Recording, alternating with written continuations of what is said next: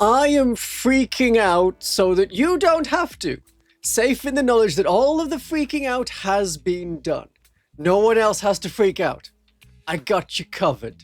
Hopefully I can articulate the concerns you have in words that make the thoughts in your head more structured. Maybe this video is unnecessary, but it may help people better rationalize what they want and figure out ways to get it in case Games Workshop doesn't support it. We're going to look at what we know and what we don't know about Warhammer 40,000 11th edition. The detachments, the terrain, the narrative versus competitive clash, and those game types that we know need continued support. Will they get continued support? Right, detachments. Detachments are going to cost a number of points, 1, 2, or 3 points. Please don't hope that the existing ones will be 3 points. Don't assume that the ones that are generally good will be 3 points.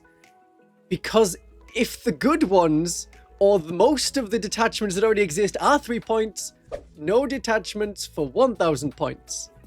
Unless you play a particularly obscure detachment. Maybe. 2,000 points is called the larger standard size, as Games Workshop has put it in a video, and 1,000 points is the other standard size, I guess. 1,000 points and 2,000 points are the standard sizes. So if the Hallowed Martyrs detachment was 3 points, then I couldn't recommend it as a 1,000 point starter detachment. But you know, rules from Games Workshop are yours to break, as long as you can find an opponent that wants to break it in the same way. Detachments are generally gonna be good. More of your army will get a boost. Very cunning tactics that were limited to one detachment become more common, for better and worse. Oh, that mad trick in the Army of Faith where you don't roll any dice and cause 8 wounds to any big threat without an invulnerable save, and you can do it again on Overwatch? That plus Penitent Host shenanigans and 2,000 points? That's good for making more detachments, if not usable, at least get used. There'll be a lot more surprises on the table. Oh, I didn't know X unit could do that. I've never seen that before. Well, yeah, because that detachment never gets played. At least as a supplementary detachment, it'll still work. And as far as I understand it, every detachment rule will apply to all the units in your army. You don't need to say, okay, this unit is in this detachment, this other unit is in this other detachment. It's not like 9th edition. It's just you get 2 detachment rules and like 12 stratagems, as far as we understand it. Now, it's unlikely, but hypothetically, this could lead to some crazy things. It definitely, certainly will lead to some crazy things that Games Workshop will not have thought about.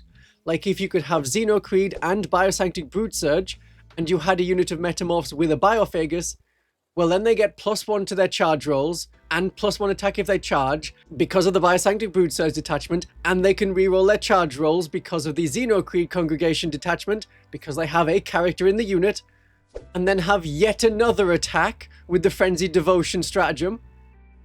Now they're hitting on 2s with lethal hits and either 5 or 7 attacks per model.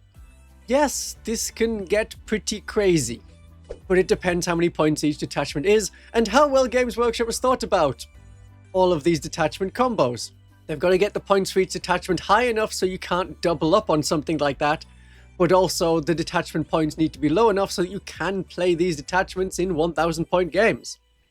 Okay, so terrain. Terrain's the big thing that we learned a lot more about recently. Terrain is more dense than ever, at least in terms of area terrain. This is the same map for 1,000 points and 2,000 point games. Bigger sizes don't get a mention, and Games Workshop videos have referred to 2,000 points as the larger standard size. Sure, you could go over that, you have the freedom, but Games Workshop publications will expect you to go on playing 1,000 points or 2,000 points, nothing bigger, nothing smaller, nothing in between. Even though I think 1,500 points is a great size. I don't see a good way of having 2,000 points of an army on this table. A lot of your units will be waiting at the back for units ahead to die so they can move in and take their position. Depending on the size of your army, that can be quite a substantially filled backfield. I am hoping that the points for all units go up, which they usually do at the start of the edition. Then Games Workshop can slowly say, hey, there's a points drop on this thing, and people go, oh wow, thanks, a points drop, I love that.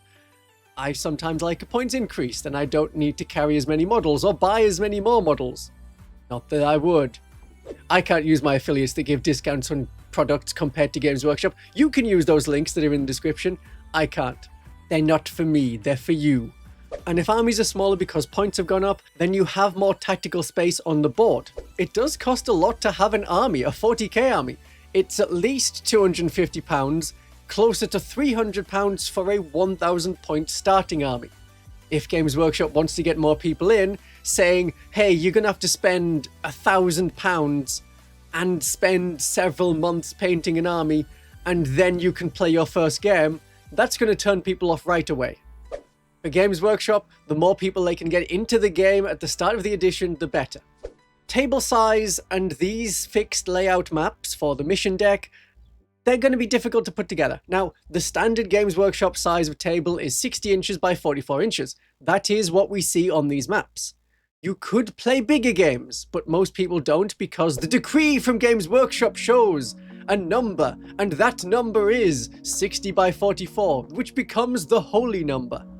On a bigger table, you've got to decide if you're adding more empty space and have the layout in the middle with blank space around it, or do you keep measuring from the points indicated by Games Workshop so this terrain piece just touches the corner of the board, which will mean that there's more space between the terrain pieces.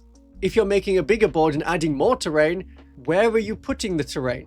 Each of those variations can lead to a very different board state.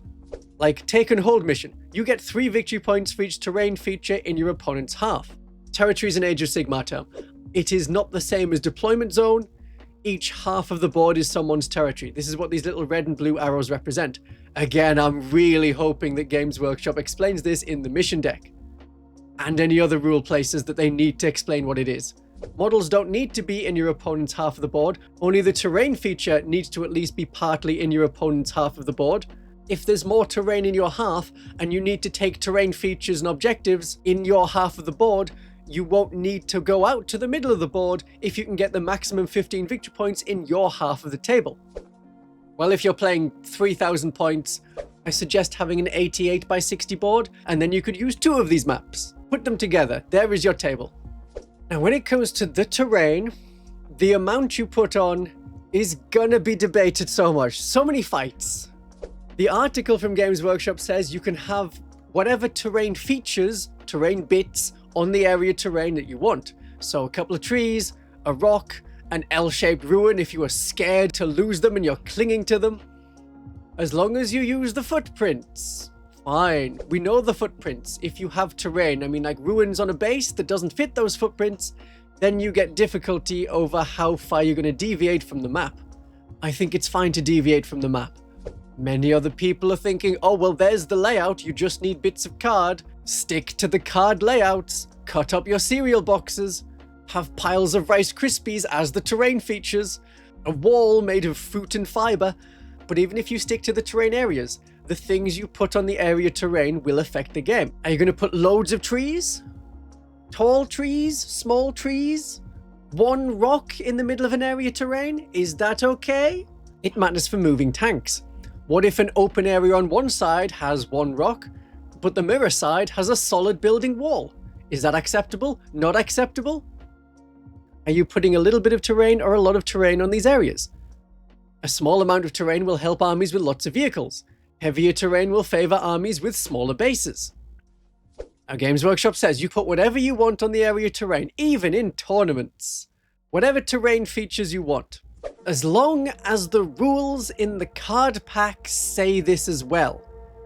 If it doesn't say that, then this article is nothing. It's inconsistent. It's nonsense. If they don't have rules to say the features presented on the map, the green and yellow things, are abstract or examples, then an article doesn't matter. Symmetrical and incredibly specific is what people will take away from the images. These are L-shaped ruins. These are barricades. And into that grey uncertainty of what is okay, Games Workshop comes in with a purchasable terrain set. Terrain set. Terrain set.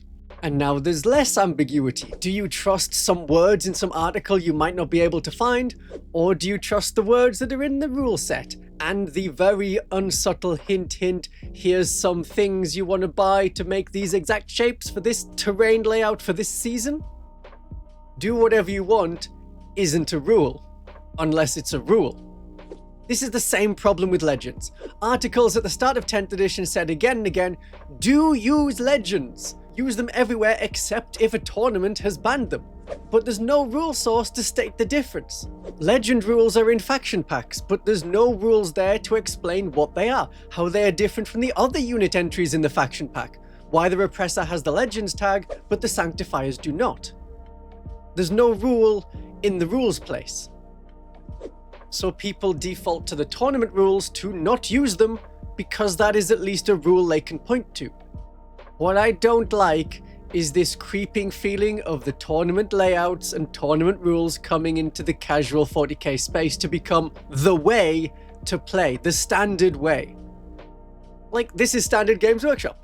They can announce a fun concept, but their execution ends up being the opposite. Or any concept, say last edition. They said no more power level from 9th edition.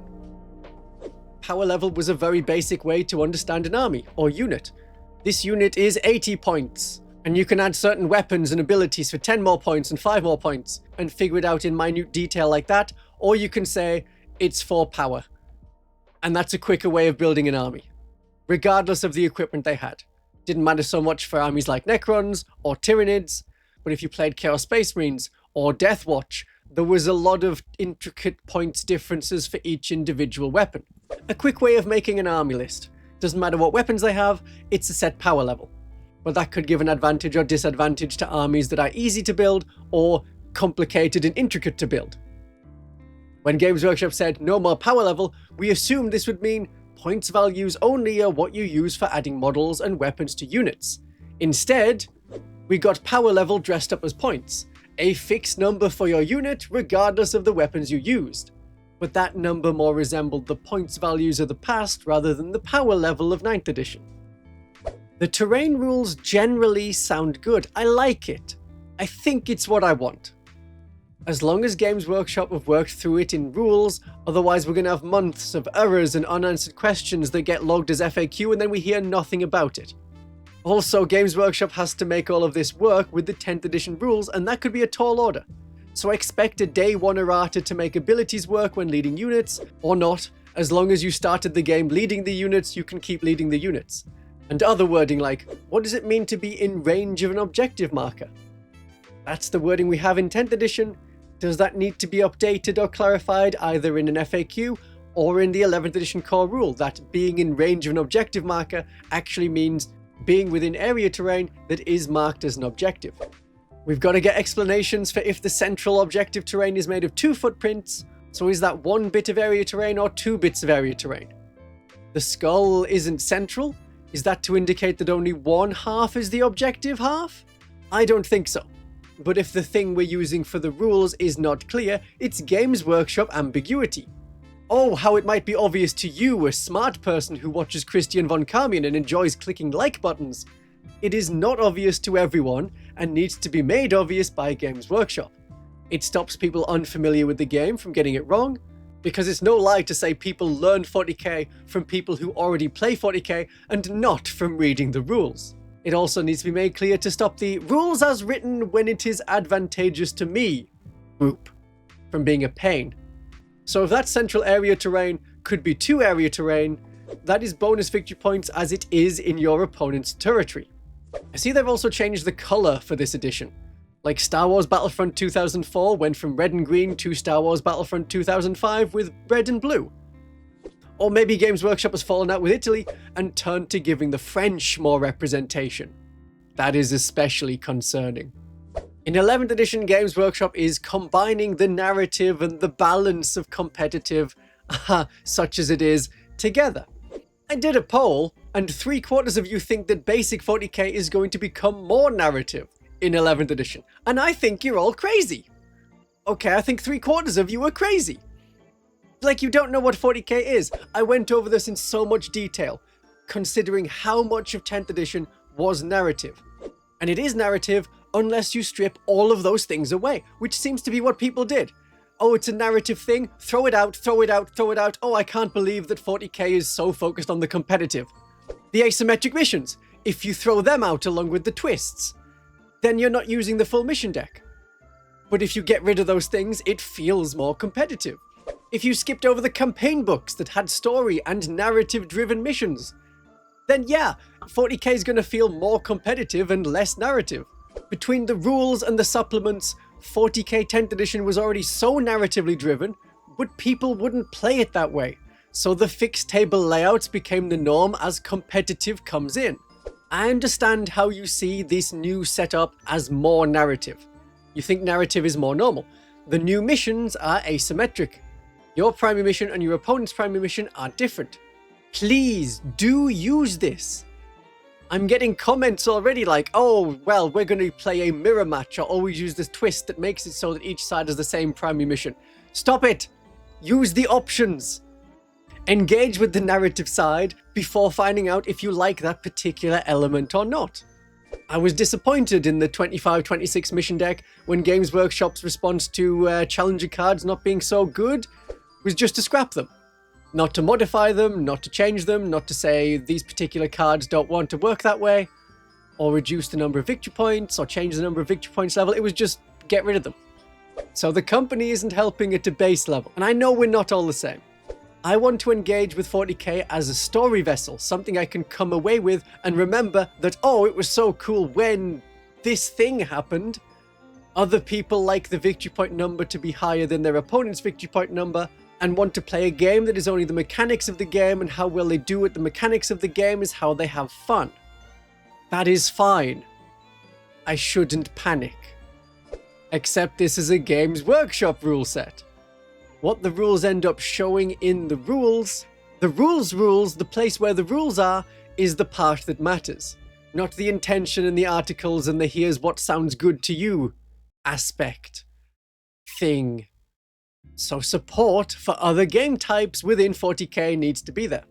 How you can play also matters. Yes, you can play however you want with whatever rules you want between friends, but what type of games are supported? What is easy to do? Like, here are some rules to make it easy, and here is a book so everyone can be on the same literal page about it. Rather than my mate Jim made up a set of rules and wants to use those rules in our game, and then you got to look through them and try and figure out if anything is so absurdly busted that there's no point playing it. What about Crusade support? That started in 9th edition and got a how to continue this into 10th edition support PDF document. That is a PDF document currently absent from the Games Workshop website. The current codexes, which are compatible with 11th edition, have Crusade rules in them, but we've not seen a Crusade campaign book for a while. Armageddon was the last one. Crusade Armageddon, not campaign book Armageddon. This one, not Yarrick coming back stuff. So continued support for that would be good. Are we still going to have campaign books in 11th edition? These are the most likely to stick around. We've had them all year, as in since January 2026. The main rules releases have been these campaign books with detachments. They seem to be sticking around. Mission decks seem to be sticking around as well. Mission decks as the season of the game, and you buy your season pass by buying the mission deck.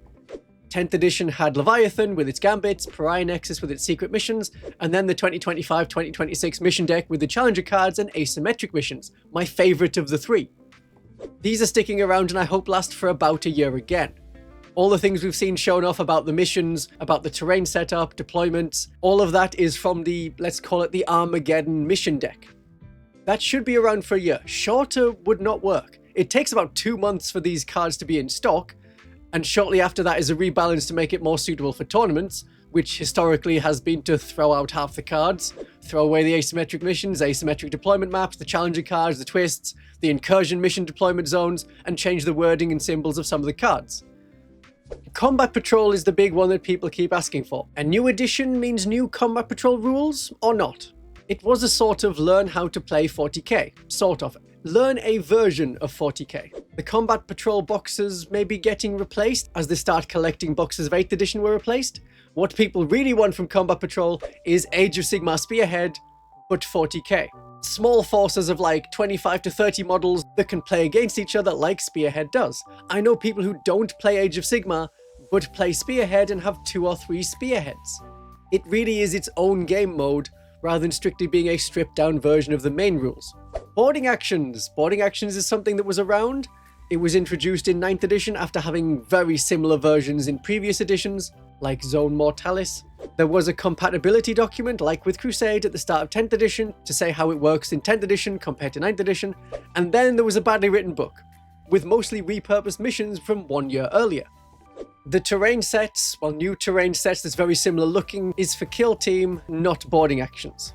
There were some missions for boarding actions in the 500 Worlds book that were new.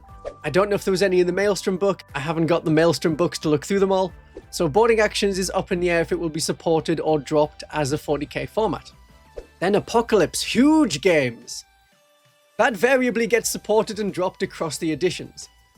There is support in the Eye of Terror book coming out this weekend. You can pre-order it or buy it through the links in the description if you wish. Go to the affiliates. Click on them links. It may be its own format for a while, but so far, 11th edition only has core rule support for 1000 points and 2000 point games.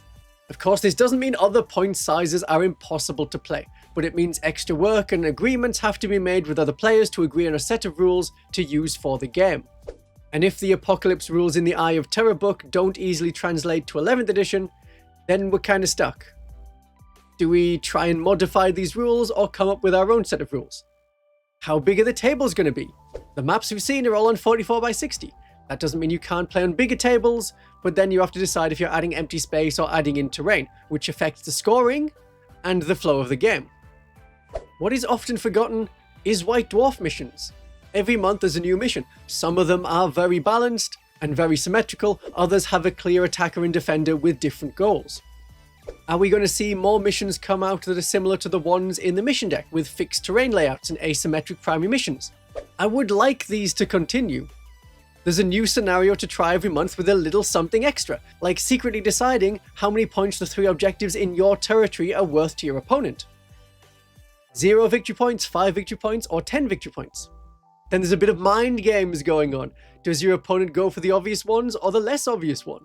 Are you going to make them put a lot of effort into taking the furthest away objective, only for it to be revealed as 0 victory points? I would love these monthly missions to continue, but if Games Workshop thinks it's too difficult to their mission deck, and 40k is refocused around these maps and missions, then a scenario in each White Dwarf could be dropped. Oh, then there's Legends. The thing that people keep pointing at and screaming about and really don't understand. These should still be supported in faction packs. There is an incorrect idea and phrasing in some people's heads that not having rules in a codex is a unit going to Legends. A unit is only in Legends if it has Legends rules. Rules with a Legends tag in the faction pack. I was told the Red Terror had gone to Legends.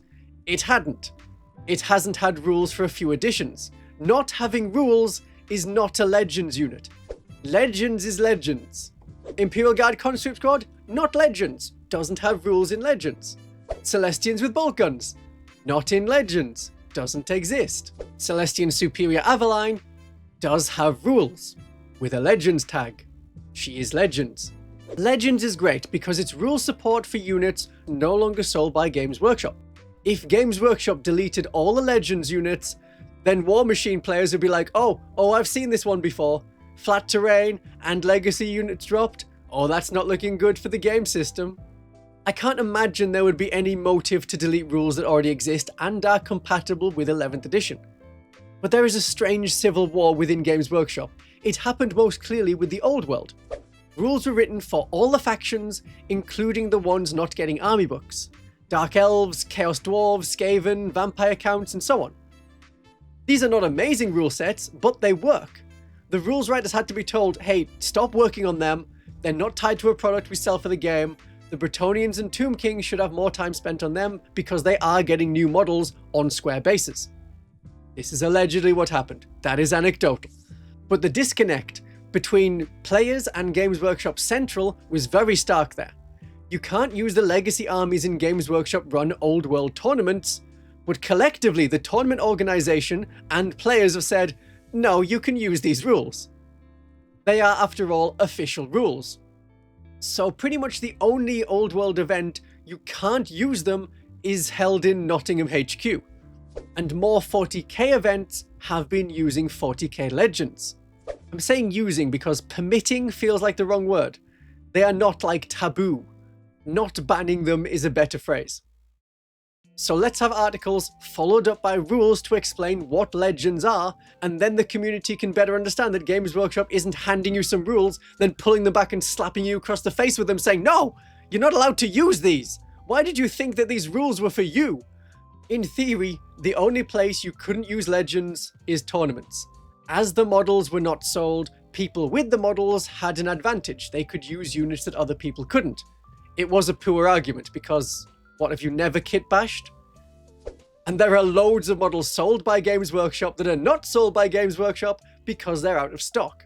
So I'm just worrying that the competitive balance element trumps the narrative element of this crushed together edition, and a plan would be made then for legends to be dropped. It would be a bad idea, an idea that gains nothing but anger, but that doesn't mean Games Workshop won't do it. See the 3rd edition of Horus Heresy's release as an example.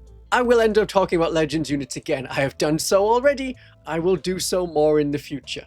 Know what Legends are so you're using the terminology correctly, so that you don't lose something you didn't know you had. And then, when we can be calm, when we're more secure in our future, we can have a great day of 40k.